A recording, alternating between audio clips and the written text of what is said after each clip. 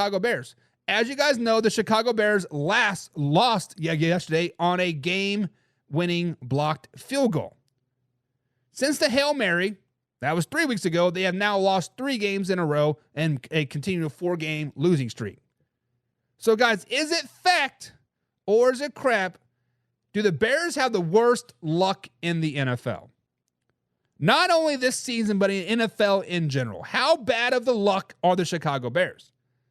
So, when I saw that blocked kick, I was sitting there, I'm just like, man.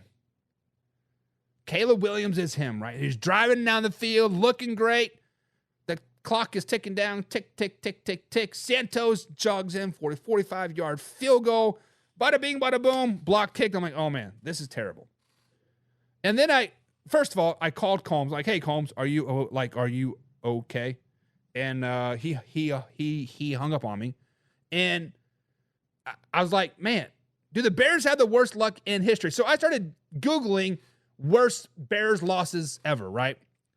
And the Bears have a history of horrible losses. Let's just be honest. The first thing that like I Googled was 1980 versus the Green Bay Packers. Alan Page blocked a 25-yard game-winning field goal that would have won the game. So he lost to the Packers in 1980 by a blocked field goal of 25 yards.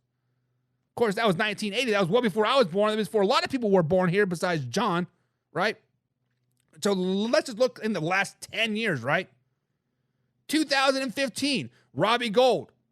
The Bears were feeling themselves, right? Beating down the San Francisco 49ers. Robbie Gould missed 2 field goals in that game. One of which was a game-winning field goal. The game ultimately went into overtime. They ultimately lost the game, and Robbie Gould missed another 36-yard field goal in overtime as well. Ouch. 2018, week number 1, versus the Green Bay Packers yet again. The Chicago Bears dominated the first half. Matt Nagy was on cloud 9. His debut, we're going to start on top. Khalil Mack had like 9 sacks in that game. But insert second half, Aaron Rodgers says, hold my beer. Aaron Rodgers rallied back in the second half, putting the Bears on ice. Even more recent, 2020, the Bears are beating the Lions. The Lions just lost their head coach, right? The Bears had a 99.1% chance of winning this game. The Lions then drove 94 yards to put them within 3. Still, all they had to do was take the snap and kneel it twice, bada bing, bada boom, the game was over. What happens? Mitchell Trubisky fumbles the ball. Fumbles the ball on the 17-yard line. The Detroit Lions go in with 1:37 left to win the game. And let's not forget the double doink in 2019 versus the Philadelphia Eagles in the playoffs. So, guys, is it fact or is it crap that the Chicago Bears have the worst luck ever in the NFL? And if you guys are a Chicago Bears fan, you should know this is 100% fact.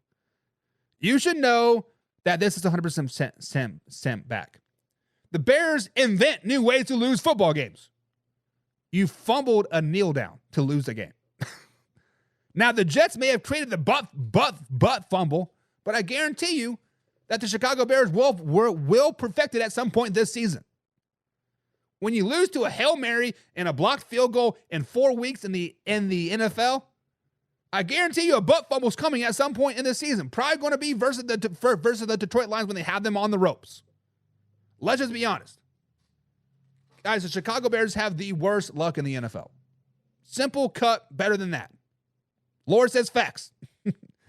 Lord says facts. And I agree, guys. Do you guys think the Chicago Bears have the worst luck in the NFL? Carson says, I don't think it's the worst luck, just shitty management and coaching. Self-inducted issues is not luck. Self-inflicted issues is not luck. James Frank says, nah, come on, man. The Browns got the worst luck. The Bears is second. Laura says the Bears need to go into hibernation for the winter and try again next season. Hey, they are still 9th in the NFC playoff race, guys. Do not sleep on them. They're coming. They coming. James Frank says, nah. He enjoys pulling dingleberries out of his booty. Oh, we're talking about Super Dad.